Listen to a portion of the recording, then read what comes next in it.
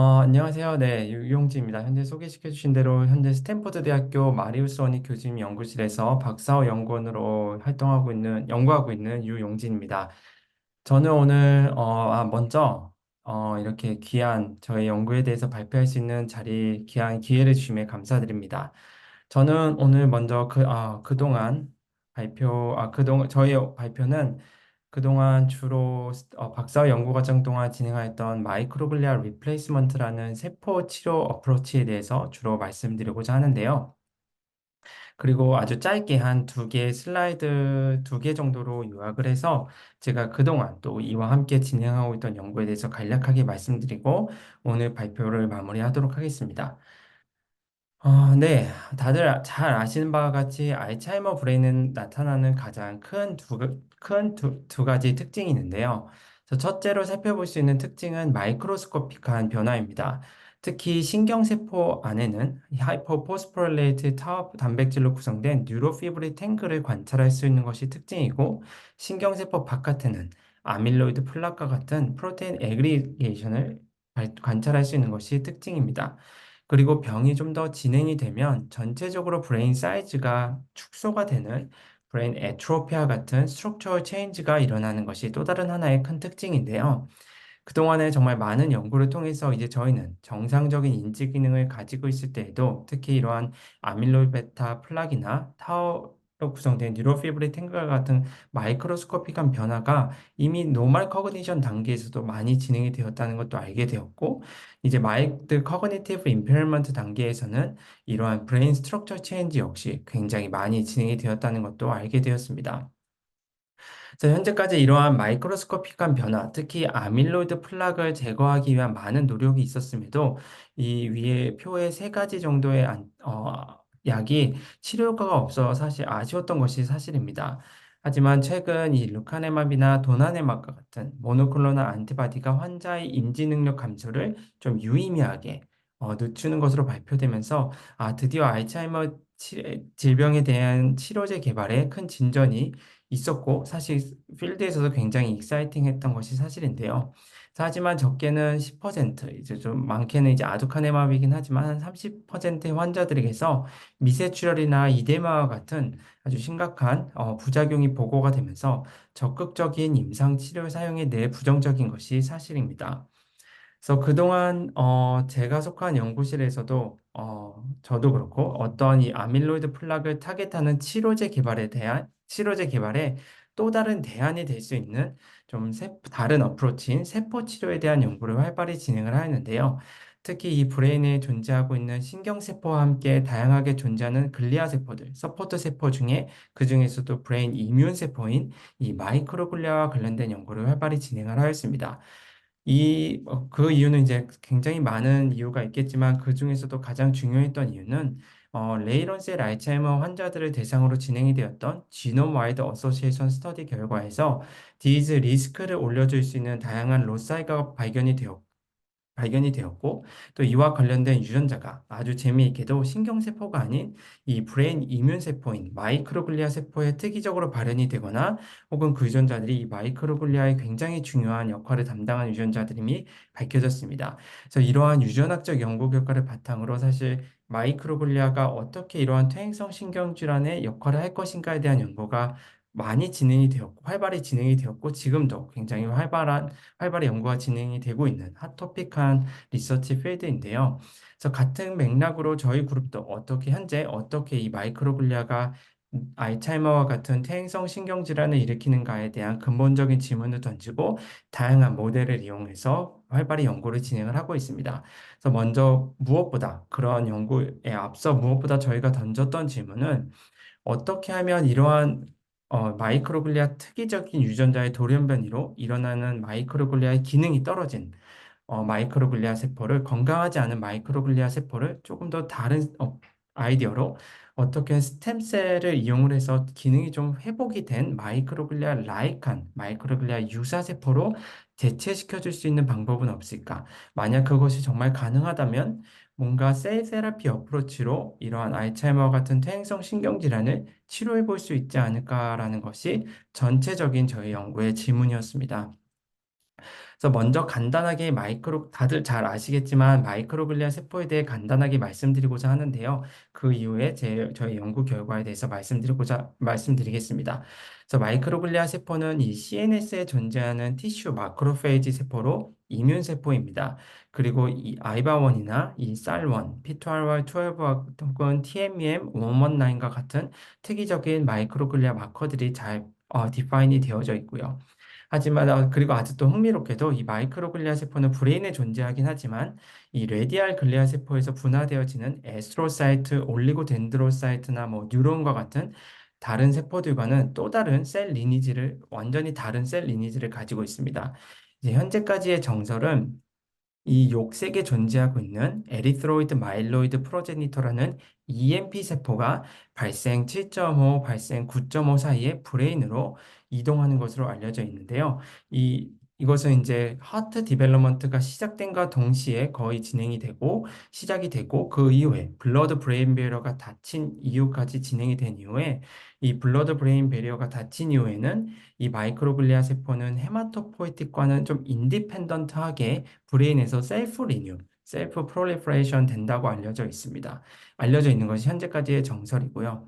특히 스탠포드의 이제 지금은 고인이 되신 벤베러스 연구 그룹을 중심으로 이 마이크로글리아와 신경세포와의 연구가 활발히 진행이 되면서 이 시냅스 프루닝이나 리파인먼트와 같은 프로세스에 마이크로글리아가 정말 중요한 역할을 담당한다는 것이 잘 알려져 있습니다. 그래서 이후로 이 벤베러스 연구 그룹의 제자들이었던 이제 많은 제자 교수님들이 지금 현재 글리아 세포, 특히 마이크로글리아, 에스트로사이트와 같은 다양한 글리아 세포, 뭐 올리고덴드로사이트도 있고요. 그러한 제자 교수님들이 정말 이 필드에서 정말 왕성하게 연구를 진행하고 계십니다. 그래서 앞서 말씀드린 대로 저희 연구로 다시 돌아가 보면 저희 연구실은 이 브레인에 존재하고 있는 5에서 한 10% 정도 되는 브레인 이뮨세포인 마이크로글리아를 어떻게 하면 외부에서 넣어준 스템셀로 대체시켜 줄 수 있을까에 대한 질문을 던지고 연구를 진행을 하였는데요. 그래서 저희가 먼저 주목했던 모델은 일반적으로 루키미아 연구에서 클리닉에서도 사용하고 있는 본메로 트랜스플란테이션 모델, 즉 골수이식을 진행한 모델이었습니다. 그래서 골수이식을 진행을 하면 이 존재하는 다양한 헤마토포에틱 세포가 당연히 저희가 외부에서 넣어준 도너 세포로, 본메로 세포로 대체되게 됩니다. 그리고 최근에 개발된 CSF1 리셉터 이니비터라는 최소한 브레인에서는 마이크로글리아 스페시픽하게 타겟하는 컴파운드를 마우스 모델에서는 한 일주일 정도, 뭐 한 열흘 정도 처리를 해주면 브레인에 존재하고 있는 이 마이크로글리아가 거의 0%에 가깝게 아주 효과적으로 제거된다는 것을 알게 되었습니다. 곧 이를 통해서 브레인에는 아주 잠시 동안이라도 브레인에 마이크로글리아 세포가 존재하지 않는 마이크로글리아 니쉬 상태가 되고요. 그리고 서큘레이션에 존재하고 있는 다양한 헤마토포이틱 세포가 어떠한 특정 메커니즘을 통해서 이 마이크로글리아가 없어진 마이크로글리아 니시 상태인 브레인으로 이동을 하게 되고 마이크로글리아 라이칸 세포로 분화된다는 것도 알게 되었습니다. 그래서 저희 그룹은 이 마이크로글리아 유사 세포인 마이크로글리아 라이크 세포를 Circulation Derived Myeloid Cell CDMC 세포라고 이름을 지었고 제가 앞으로 보여드리는 모든 슬라이드의 결과에서는 CDMC 세포라고 말씀드리도록 하겠습니다. 어, 옆에 섹션 결과에서 보일 수 있는 것과 같이 이 CSF1 리셉터 이니비터 처리와 본메로 트랜스플란테이션을 동시에 병행하였을 경우 브레인에 있던 거의 모든 마이크로글리아 세포가 저희가 외부에서 넣어준 도너 세포로 잘 대체된다는 것을 확인할 수 있었고, 더 나아가서 이 마이크로글리아 유사 세포인 CDMC 세포가 이 마이크로글리아가 전형적으로 발현하고 있는 아이바원이나 다양한 TMEM119과 같은 다양한 마커들도 잘 특이적으로 발현하고 있는 것을 확인할 수 있었고요. 이 몰폴로지는 조금 더 다른 몰폴로지를 보여주었습니다. 어쨌든 결론적으로 이 방법을 이용해서 브레인에 존재하고 있는 저희가 처음으로 질문을 던졌던 그 질문에 대한 답을 어느 정도 얻었는데요. 어떠한 이러한 방법을 통하면 이 브레인에 존재하고 있는 마이크로글리아 세포를 저희가 없애주고 외부에서 넣어준 헤마토포에틱 스템셀로 대체하고 마이크로글리아 라이크 세포로 완전히 대체할 수 있는 방법을 있다라는 첫 번째 스터디에서 결론을 내릴 수 있었습니다. 그래서 첫 번째 스터디에 다양한 질문들을 저희가 던졌는데요. 그 중에서 한 두 가지 정도 말씀을 드리고 그 다음 스터디로 넘어가도록 하겠습니다. 그래서 첫 번째로 던졌던 저희의 질문은 이 마이크로글리아를 대체한 이 CDMC 세포가 얼마나 전사적으로 트랜스크립셔널 시그니처가 유사한가에 대한 저희의 질문이었습니다. 이를 위해서 간단히 저희도 벌크RNA 시퀀싱을 진행을 하였는데요.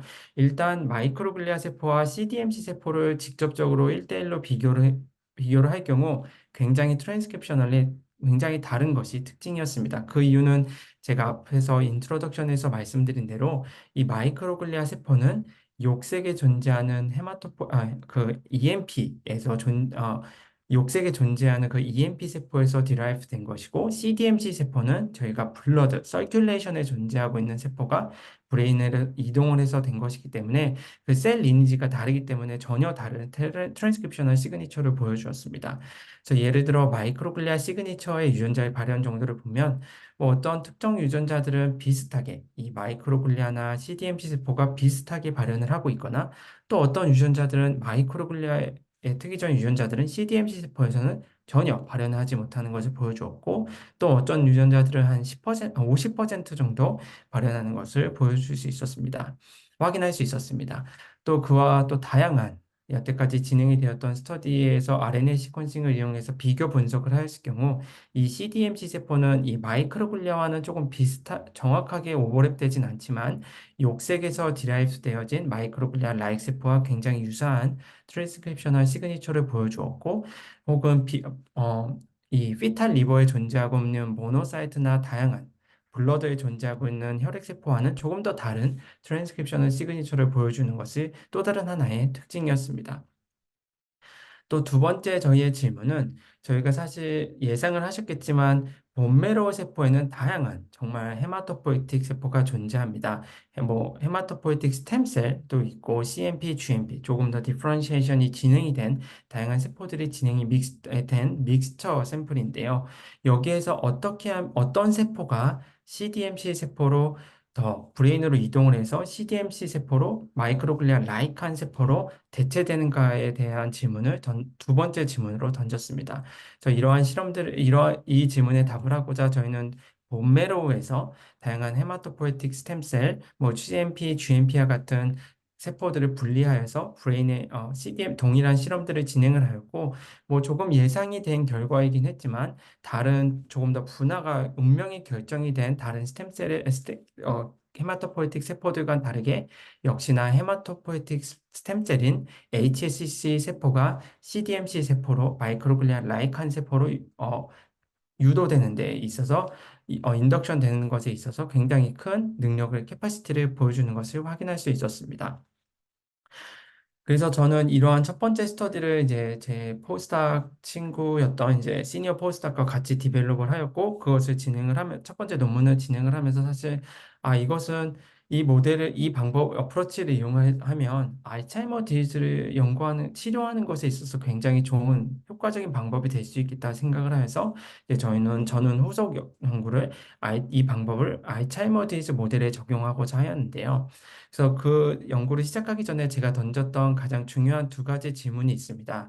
그래서 첫 번째는 이 마이크로글리아를 대체한 이 CDMC 세포가 얼마나 알츠하이머 디지즈 브레인에서 보여주는 마이크로글리아와 비슷한가? 그래서 저희가 이 질문이 굉장히 중요하긴 했는데요. 사실 아무리 100%에 가깝게 뭐 외부에서 넣어준 정상적인 세포로 CDMC 세포로 다 대체시켜주고자 지켜줄 수 있어도 이 CDMC 세포가 마이크로글리아가 보여주는 특히 알츠하이머 디지즈 브레인에서 보여주는 특징들을 전혀 보여주지 못한다면 전혀 효과적일 수 없기 때문에 이 질문이 굉장히 중요했습니다. 그래서 만약 그것이 CDMC 세포가 비슷한 특징을 가지고 있다면 뭔가 마이크로글리아 의존적으로 나타나는 알츠하이머 디지즈 피노타입을 가진 모델에 이 마이크로글리아 리플레이스먼트 테크닉을 적용하여서 치료 효과를 좀 기대해 볼 수 있겠다라는 것이 저희 두 번째 질문이었습니다. 그래서 이에 대해서 질문에 답을 하고자 저희는 간단한 실험을 진행을 하였는데요. 그래서 저는 먼저 알츠하이머 AD 모델은 5XFAD 모델을 사용하였습니다. 굉장히 다들 잘 아시겠지만 5XFAD는 다른 모델에 비해서 굉장히 조금 어그레시브한 모델이고 이제 아밀로이드 패솔로지가 다른 모델에 비해서 조금 더 일찍 피노타입을 볼 수 있는 모델입니다. 그래서 저는 5XFAD와 GFP 마우스를 브리딩하여서 먼저 5XFAD GFP 마우스 라인을 만들었고 여기에서 GFP로 레이블링된 본메로 세포를 채취하여 일반적인 5XFAD 모델에 트랜스플란테이션하고 CSF1 리셉터 이니비터를 처리를 하여서 마이크로글리아 리플레이스먼트를 진행을 하였습니다. 저의 전체적인 익스페리멘탈 스킴은 이와 같습니다. 먼저 생후 한 3주, 4주 정도 되는 시기에 본메로 트랜스플란테이션을 진행을 하고 약 2주간 리커버리 시간을 준 이후에 이 약 열흘간 플렉시콘 5622라는 CSF1 리셉터 이니비터 약을 열흘간 처리를 하여 마이크로글리아 니쉬를 유도를 하고 마이크로글리아 리플레이스먼트를 진행을 하였고요. 모든 샘플은 생후 약 6개월의 나이에 모든 샘플은 분석을 진행을 하였습니다. 일단 다행히도 이 AD 모델이었던 5XFAD 모델에서도 이 마이크로글리아 리플레이스먼트가 굉장히 효과적으로 거의 모든 마이크로글리아가 저희가 외부에서 넣어준 세포로 잘 대체될 수 있는 것을 확인할 수 있었고요. 그래서 또 다행히도 두 번째 저희가 확인할 수 있었던 것은 이 CDMC 세포가 이 마이크로글리아가 아밀로이드 플락에 보여주는 리액티비티, 반응성을 어느 정도 비슷하게 보여주는 것을 확인할 수 있었습니다. 또 저희 다 잘 아시겠지만 이뮤노스테이닝 결과에서 보일 수 있는 것 같이 흰색으로 그레이 색깔로 표지된 것이 아밀로이드 플락이고요. 이 알츠하이머 디지즈 브레인에서 보여주는 마이크로글리아의 브레인에 존재하고 있는 마이크로글리아의 일반적인 특징은 약 아밀로이드 플락 하나당 한 4개 정도에서 한 6개 정도 평균적으로 한 4개에서 6개 정도 되는 액티베이티드 마이크로글리아가 클러스터링 주변으로 아밀로이드 플락 주변으로 클러스터링 되는 것이 또 다른 특징입니다. 다행히도 이 CDMC 세포 역시 조금은 조금 이제 떨어지긴 하지만 뭐 유의미하진 않았고요. 한 3개 정도에서 5개, 6개 정도 되는 CDMC 세포 역시 아밀로이드 플락 주변으로 깔끔하게 클러스터링 되는 모습을 확인할 수 있었습니다. 알츠하이머 디지즈 브레인에서 보여주는 특히 아밀로이드 패솔로지에서 보여주는 마이크로글리아의 또 다른 하나의 특징은 액티베이션, 굉장히 드라마틱한 모포로지컬 체인지를 보여주는 것이 특징인데요. 그래서 이 왼쪽 그림에서 보실 수 있는 것과 같이 정상적인 어떠한 패솔로지컬 팩터가 없는 정상적인 헬시한 브레인에서 마이크로글리아는 왼쪽 그림과 같이 굉장히 이 복잡한 세포 형태를 보여주는 것이 특징입니다. 하지만 어떤 아밀로이드 플락과 같은 패솔로지컬 팩터에 의해서 이 마이크로글리아가 액티베이션 되어질 경우 굉장히 몰폴로지컬리 이 아미보이드 라이크한 형태로 변하는 것이 드라마틱하게 변하는 것이 또 다른 하나의 액티베이티드 마이크로글리아의 특징인데요.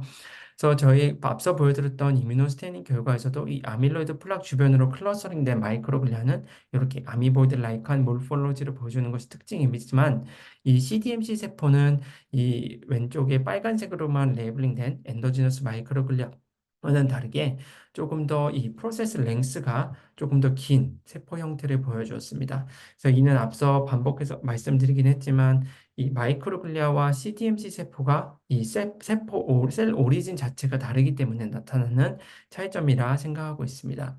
그래서 어쨌든 이러한 결과를 바탕으로 저희는 어쨌든 CDMC 세포는 조금 더 다른 몰폴로지를 보여주고 조금 더 다른 트랜스크립셔널 시그니처를 보여주긴 하지만 어쨌든 아밀로이드 플락에 대한 반응성을 보여주고 그것을 클리어런스 하는 데 역할을 하는 것 같다라는 결론을 내리고 이제 후속 연구를 진행을 하였습니다.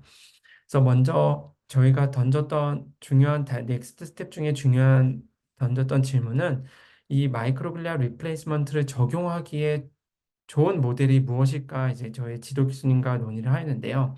그래서 왜냐하면 마이크로글리아 디펜던트하게 나타나는 피노타입을 가진 AD 모델이 있는가가 굉장히 중요했습니다. 그래서 다들 아시는 바와 같이 아포이 유전자의 E4 얼리어를 약 2개를 가지게 되면 알츠하이머에 걸릴 리스크가 약 10배 이상 굉장히 잘 올라간다는 것이 잘 알려진 굉장히 유명한 유전자인데요.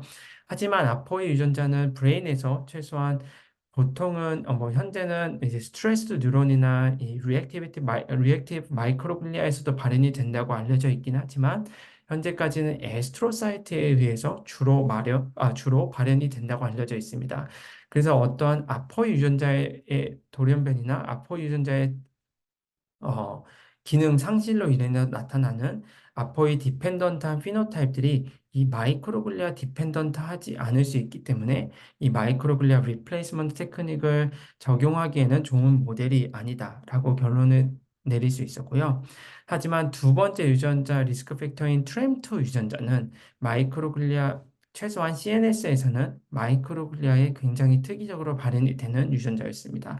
그래서 어떠한 트램2의 유전자의 기능 상실로 인해서 나타나는 AD 피노타입들이 있다면 이를 정상적인 트램2 와일드 타입 CDMC 세포로 마이크로글리아 유사 세포로 대체시켜주고 그것을 치료 효과를 기대해 볼 수 있는 좋은 모델이라고 결정을 하게 되었고요. 그래서 앞서 말씀드린 대로 트램2 유전자는 현재까지 굉장히 활발히 연구가 진행이 되고 있고 많이 진행이 되었습니다. 그래서 말씀드린 대로 이 트램2는 CNS에서는 마이크로글리아 스페시픽하게 발현이 되는 중요한 마이크로글리아 스페시픽한 리셉터이고요. 그래서 현재까지 굉장히 많이 잘 알려진 사실은 마이크로글리아 주변에 티슈 데미지를 센싱하고 그것을 마이크로글리아 자체를 액티베이션 시켜주는 첫 번째 스텝에 있어서 굉장히 중요한 리셉터로 잘 알려져 있습니다. 그래서 앞서 말씀드린 대로 트램2 헤테로자이거스 베리언트는 레이런셀 알츠하이머 디지즈와 연관이 있고요. 그래서 트램2를 호모자이거스로 가질 경우 굉장히 레어하지만 그래서 레어해서 굉장히 시비어한 뉴로디제너레이션을 일으키는 나스와 콜라 디지즈로 연관이 되어 있어서 굉장히 이제 이 시비어하기 때문에 약 환자는 40세, 50세 정도에 사망하는 것으로 알려진 시비어한 피노타입을 가진 어, 나수아쿨라 디지즈와 연관이 되어 있는 유전자입니다. 그래서 간략하게 이제 마지막으로 트램2 유전자가 리셉터가 아밀로이드 패솔로지에서 낙아웃되어질 경우 나타나는 다양한 피노타입들 중에서 세 가지에 대해서 간단히 말씀드리고 저희 연구 결과에 대해서 발표를 하도록 하겠습니다. 그래서 첫 번째로 트램2가 아밀로이드 패솔로지에서 낙아웃되어질 경우 이 오른쪽 그림에서 보여드리는 것과 같이 이 아밀로이드 플락에 대한 반응성이 아주 유의미하게 잘 안 된다는 것이 특징입니다. 그래서 왼쪽에 트램2 와일드 타입 마이크로글리아는 앞서 말씀드린 대로 이 아밀로이드 플락 주변으로 아주 잘 리스폰드하고 클러스터링 되는 것이 특징인데요. 그래서 특징인데요. 트램2가 낙아웃되어지면 다 이러한 반응성이 유의미하게 떨어지죠. 그래서 두 번째로 잘 알려진 피노타입은 트램2가 낙아웃되어지면 전체적인 아밀로이드 플락 어큐뮬레이션이 유의미하게 증가하는 것 또한 잘 디파인 되어져 있습니다.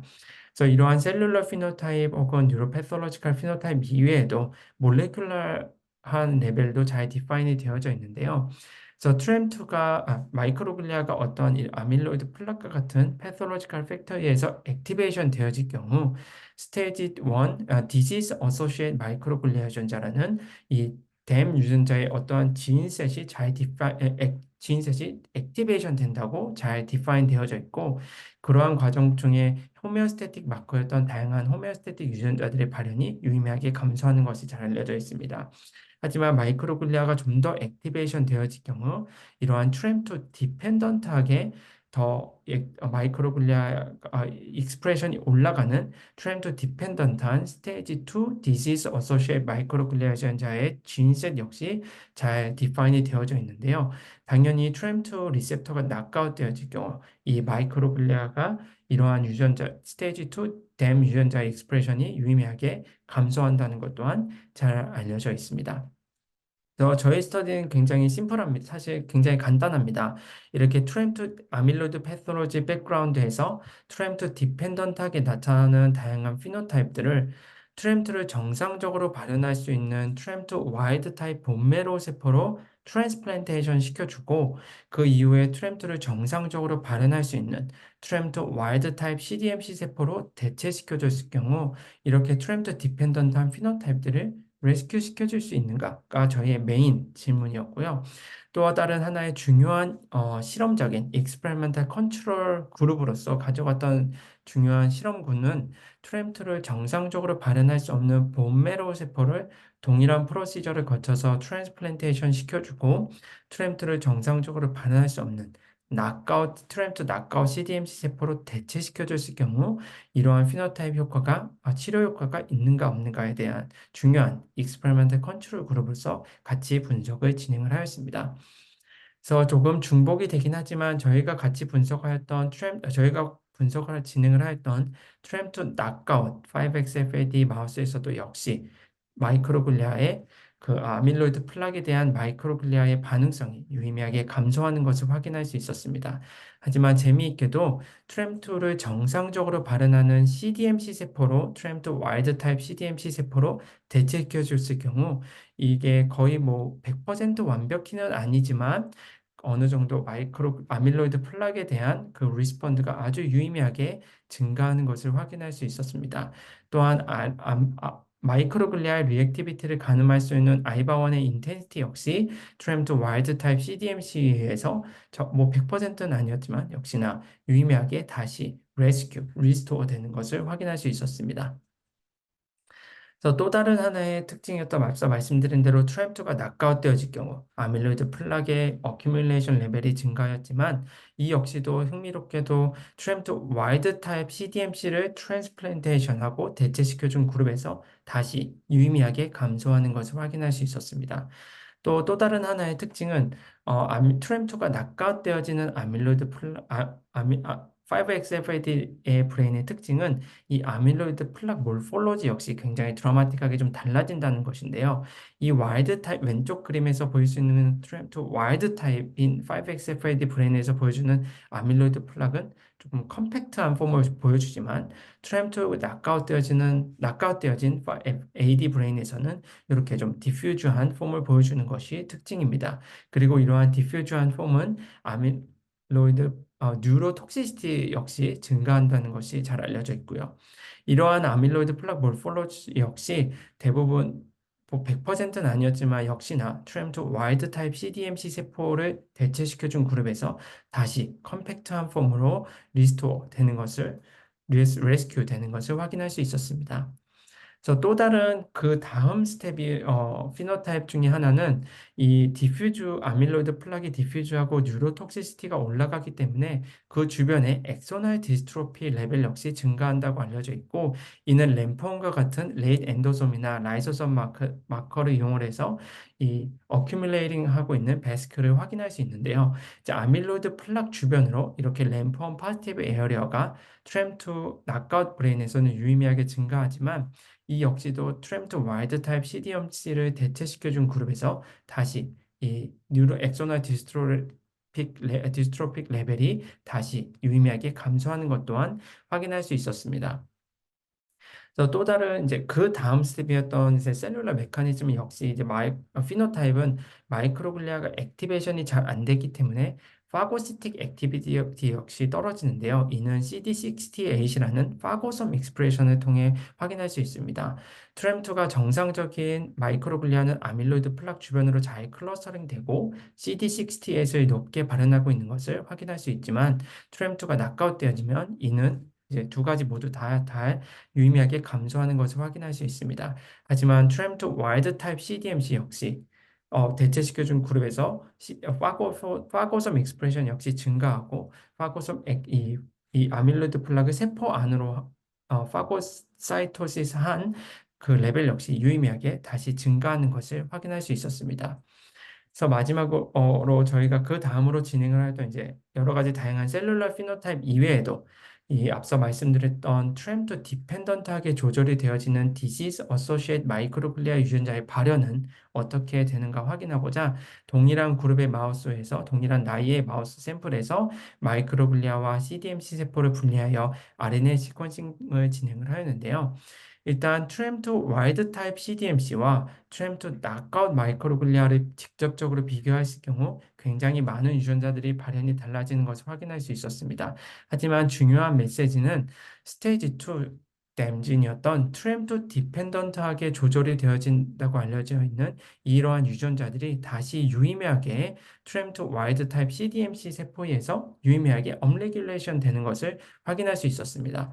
그 외에도 현재 굉장히 하이라이트 되고 있는 이 리피드 패스웨이 유전자나 메카니 시그널링 패스웨이 유전자들이 트램프 와일드 타입 CDMC에서 다시 액티베이션 되어지고 트램프 낙아웃 마이크로글리아나 트램프 낙아웃 CDMC에서는 여전히 반응이 유의미하게 감소하는 것을 확인할 수 있었습니다. 그래서 저희 그룹은 이제 샘플은 굉장히 많았기 때문에 굉장히 다양한 컨비네이션 분석이 가능한데요. 그렇게 찾았던 디퍼런셜 익스프레스 유전자들이 현재까지 잘 디파인이 되어진 스테이지 2 디지즈 어소시에이트 마이크로글리아 유전자나 아밀로이드 플락 어소시에이트 파고시틱 유전자들 잘 디파인된 유전자 리스트들과 얼마나 통계학적으로 잘 오버랩 되는지 살펴보았습니다.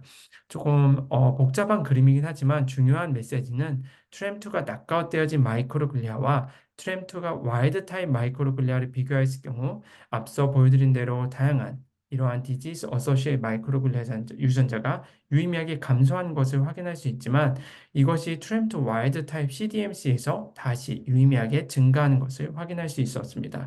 그래서 저희는 앞서 보여드린 다양한 셀룰라 피노타입, 뉴로패솔로지컬 피노타입, 트램프 디펜던트한 피노타입 이외에도 이런 몰레큘러 레벨 역시 잘 리스토어 시켜줄 수 있다는 것을 확인할 수 있었고요.